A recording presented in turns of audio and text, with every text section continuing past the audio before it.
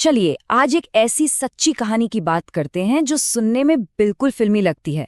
सोचिए, एक 17 साल की लड़की एक प्लेन क्रैश में बच जाती है और फिर वो अमेज़न के खतरनाक जंगल में 11 दिनों तक जिंदा रहने के लिए लड़ती है। ये कहानी है ही इतनी अविश्वसनीय। 10,000 फीट। जरा इस ऊंचाई के बारे में सोचिए। इतनी ऊपर से एक हवाई जहाज टूटकर बिखरना शुरू होता है और इसके साथ उसमें बैठे लोग भी। तो सबसे बड़ा सवाल यही उठता है ना? क्या क्या इतनी ऊंचाई से गिरने के बाद भी कोई जिंदा बच सकता है? यही सवाल इस पूरी कहानी की जान है। एक ऐसी दास्तां जो नामुमकिन सी लगती है। तो बात है 24 दिसंबर 1971 की। क्रिसमस ईव का दिन था। लांजा फ्लाइट 508 ने पेरू की राजधानी लीमा से उड़ान भरी। मंजिल थी अमेज़न के पार पुकल्पा शहर। सब कुछ बिल्कुल नॉर्मल था, एक आम छुट्टी वाली फ्लाइट। पर किसी को क्या पता था कि ये उड़ान बहुत जल्द एक भयानक हादसे में बदलने वाली है। तो हुआ ये कि उड़ान के पहले आधे घंटे तक तो सब ठीक था, लेकिन फिर लगभग 50 मिनट बाद जहाज एक बहुत बड़े तूफान के बीचों बीच पहुंच गया। दोपहर के करीब 1 बजे जब जहाज 21,000 फीट की ऊंचाई पर था, अचानक उसके दाहिने विंग पर आसमानी बिजली गिरी और बस कुछ ही मिनटों के अंदर 10,000 फीट की ऊंचाई पर आते आते वो पूरा का पूरा जहाज हवा में ही टुकड़े टुकड़े हो गया। और उसी जहाज में सवार थी 17 साल की जुलियाने कॉपिक। वो अपनी सीट से बंधी हुई थी और जब जहाज टूटा तो वो अपनी सीट समेत सीधा नीचे अमेज़न के घने जंगल की ओर गिरने लगी। सोचकर भी डर लगता है। अब सवाल फिर वही है, कोई इतनी ऊंचाई से गिरकर जिंदा कैसे बच सकता है? खैर, इसके पीछे की वजह किसी चमत्कार से कम नहीं है। अगली सुबह जब क्रिसमस का दिन था, जुलियाने की आंख खुली। वो जिंदा तो थी, लेकिन जंगल में बिल्कुल अकेली और बुरी तरह घायल। कॉलरबोन टूट चुकी थी, घुटने में मोच थी, एक आंख तो सूजकर पूरी बंद हो गई थी और सिर पर चोट की वजह से कंकशन भी था। यहाँ तक कि उनका चश्मा और एक सैंडल भी गायब था। तो वो बची कैसे? 3 बड़ी वजह थी जो किसी मिरेकल से कम नहीं। पहली, तूफान की जो तेज हवाएं ऊपर की ओर चल रही थी, उन्होंने गिरने की रफ्तार को थोड़ा कम कर दिया।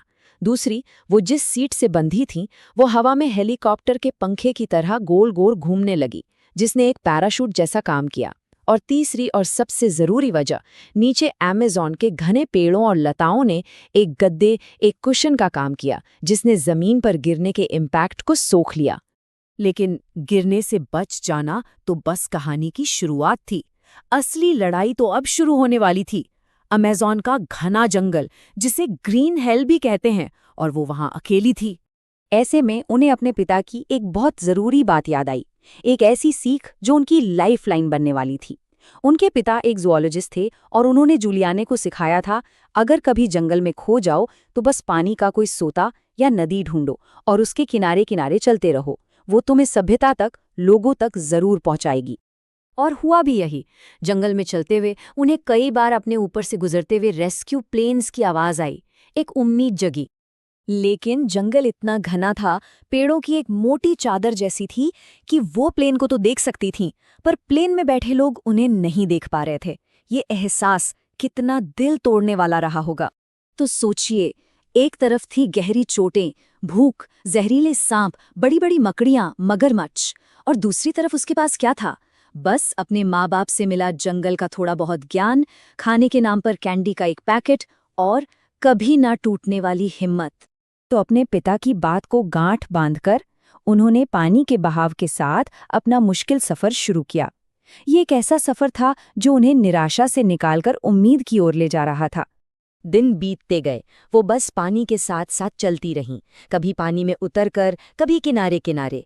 धीरे धीरे वो छोटी छोटी धाराएं एक बड़ी नदी में मिल गईं। अब यही नदी जंगल से बाहर निकलने का उनका इकलौता सहारा थी। लेकिन मुश्किलें कम नहीं हो रही थीं। उनके एक हाथ में जो घाव था, उसमें मक्खियों ने अंडे दे दिए थे और जल्द ही उस घाव में करीब 30 कीड़े पड़ गए थे। उस दर्द की कल्पना करना भी मुश्किल है, पर वो फिर भी चलती रहीं। सफर का 10वां दिन था। वो इतनी थक चुकी थीं कि उन्हें अब चीजें धुंधली दिखने लगी थीं, वहम होने लगे थे, और तभी उन्हें एक नाव दिखाई दी। पर क्या ये नाव सचमुच थी या ये भी उनके थके हुए दिमाग का कोई धोखा था? नहीं, वो नाव असली थी और उसके पास ही एक छोटी सी झोपड़ी भी थी। वहां उन्हें गैसोलीन मतलब पेट्रोल मिला और फिर उन्होंने जो किया वो हिम्मत का एक और इम्तिहान था। उन्होंने उस पेट्रोल से अपने घावों को साफ किया और एक एक करके उन 30 कीड़ों को बाहर निकाला। बहुत ही दर्दनाक रहा होगा ये सब। आखिरकार वो बचा ली गईं। उनकी 11 दिन की ये लड़ाई खत्म हुई। लेकिन इस हादसे ने उनकी पूरी जिंदगी बदल दी और एक ऐसी विरासत बना दी जिसके बारे में आज हम बात कर रहे हैं। लेकिन यहाँ एक और चौंकाने वाली बात सामने आई। बाद में ये पता चला कि उस क्रैश में सिर्फ जुलियाने ही नहीं बल्कि 14 और लोग भी जिंदा बचे थे। 14 लोग, पर वो सब मदद का इंतजार करते रहे और एक एक करके जंगल में ही मारे गए। जुलियाने अकेली थी जिसने हार नहीं मानी और वो जंगल से जिंदा बाहर निकल कर आई। और देखिए, कहानी का सबसे खूबसूरत मोड़ अब आता है। जिस अमेज़न जंगल ने उनकी जान लगभग ले ही ली थी, उसी जंगल को बचाने के लिए जुलियाने ने अपनी पूरी जिंदगी लगा दी। वो अपने माँ बाप की तरह ही एक जानी मानी जूलॉजिस्ट बनी। इतने साल गुजर जाने के बाद भी एक सवाल है जो जुलियाने को हमेशा कचोटता रहा। आखिर मैं ही अकेली क्यों बच गई? ये सवाल उनकी इस अविश्वसनीय कहानी को और भी गहरा बना देता है। तो आखिर में ये कहानी हमें एक ही बात सोचने पर मजबूर करती है कि जब किसी इंसान के अंदर जीने की जिद हो और उसके साथ सही ज्ञान भी हो, तो वो क्या कुछ नहीं कर सकता।